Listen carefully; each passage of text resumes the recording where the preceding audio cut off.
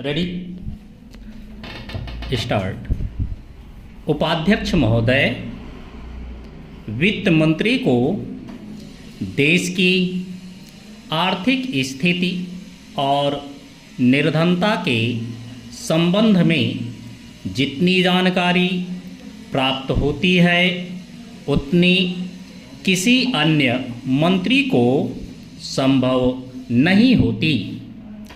Budget बनाते समय वैसे तो बजट में आय व्यय का ब्यौरा होता ही है, लेकिन मूल रूप में देश की आर्थिक नीतियों में किस प्रकार का परिवर्तन हो तथा किस मार्ग पर वह देश को चलाना चाहते हैं, सरकार का लक्ष्य क्या है, इन सब नीतियों का बजट में विवरण होता है। हमारे वित्त मंत्री चाहे जिस पद पर भी रहे हों, चाहे वे मुख्यमंत्री रहे हों या केंद्रीय सरकार में रहे हों, उन्होंने शानदार काम किया। जिस समय उन्होंने बजट प्रस्तुत किया उस समय देश को और विशेष रूप से गरीबों को उनसे बहुत सी आशाएं थीं। देश में लगभग 6 लाख गांव हैं, उनमें जो बेरोजगारी है, गरीबी है, उसके संबंध में देश की जनता को उनसे बड़ी आशाएं थीं और जनता देखना चाहती थी कि इस अवसर पर सरकारी नीतियों के द्वारा देश को वे क्या मार्गदर्शन देना चाहते हैं। चिन्ह। इस दृष्टि से 3 महत्वपूर्ण बातें इस समय देश के सामने थीं। देश का आर्थिक विकास तेजी से हो, अधिक लोगों को काम मिल सके और मूल्यों में स्थिरता आए। जहाँ तक इन 3 उद्देश्यों का संबंध है, हमने देखा कि उस ओर कुछ प्रयत्न हुए हैं। विशेष रूप से गरीबी हटाओ के संबंध में इस देश में जो चर्चा चल रही है, इस बजट में कुछ सीमा तक उसका उल्लेख मिलता है, क्योंकि जितने भी प्रत्यक्ष कर लगे हैं वे ज़्यादातर धनी लोगों पर और विशेष रूप से शहर के लोगों पर लगाए गए हैं। इस तरह से जो एक प्रकार की आर्थिक असमानता हमारे देश में चल रही है, उसको दूर करने का प्रयत्न अवश्य किया गया है। लगभग 5 दशक पूर्व जब हमारा देश स्वतंत्र हुआ था, उस समय देश में जितने सरकारी कर्मचारी थे वे ऐसा समझ बैठे थे कि अब तक देश में जिस तरह से अंग्रेजों का प्रशासन चल रहा था उस तरह से काम नहीं चलेगा, क्योंकि कांग्रेस के जो नए लोग आए थे, जो मंत्री बने थे, वे लोग धन के मामले में त्यागी आदमी हैं। धन से उनको मोह नहीं है, लेकिन बाद में उन्होंने देखा कि हमारे मंत्री लोग भी उसी तरह से शानदार जीवन पसंद करने लग गए जिस तरह से अंग्रेज करते थे।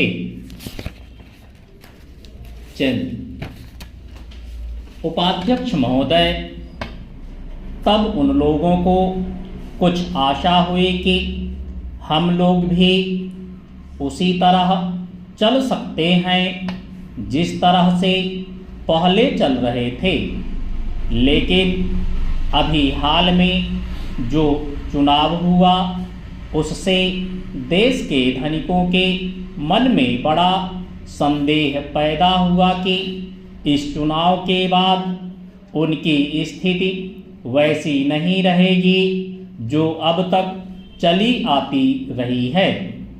गरीबों और अमीरों के बीच में अब तक जो बहुत बड़ा अंतर चला आ रहा था उसको अब तेजी से दूर करने का प्रयत्न किया जाएगा।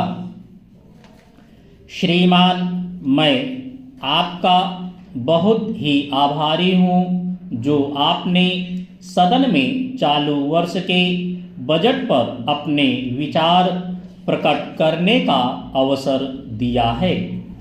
मैं इस बजट का समर्थन करना चाहता हूँ।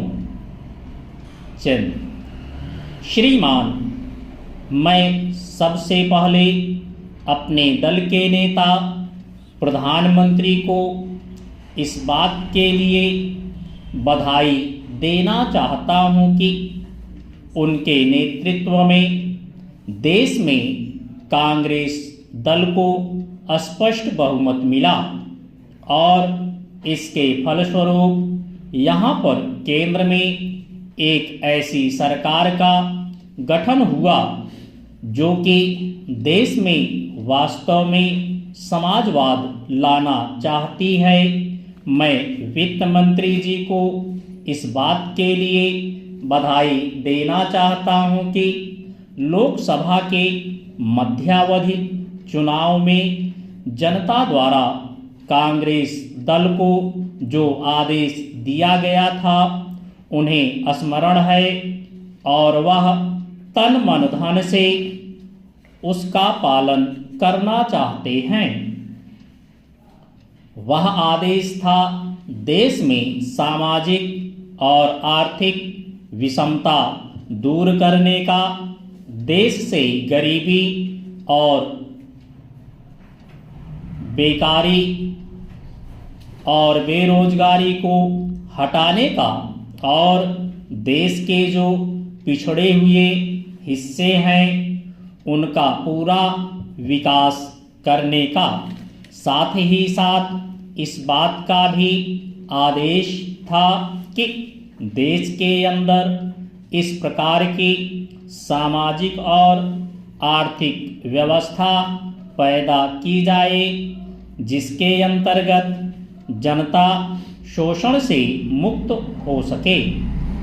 श्रीमान, यह ठीक है कि देश में कृषि के क्षेत्र में उत्पादन में वृद्धि हुई है, परंतु इसके साथ ही साथ यह भी दृष्टि में रखना चाहिए कि लागत में भी पूरी वृद्धि हुई है। इसके लिए आवश्यक है कि सिंचाई के साधन बढ़ाए जाएं और अधिक उन्नत बीजों का प्रयोग किया जाए। आज कृषकों को कृषि के यंत्र मिलने में बहुत कठिनाई हो रही है। जैसे छोटे छोटे ट्रैक्टरों का देश में बड़ा अभाव है, उनके बनाने के लिए शीघ्र नए कारखाने खोले जाएं, जिससे कृषकों को जल्द से जल्द ट्रैक्टर मिल सकें। देश तभी प्रगति करेगा, हमारा ऐसा विश्वास है।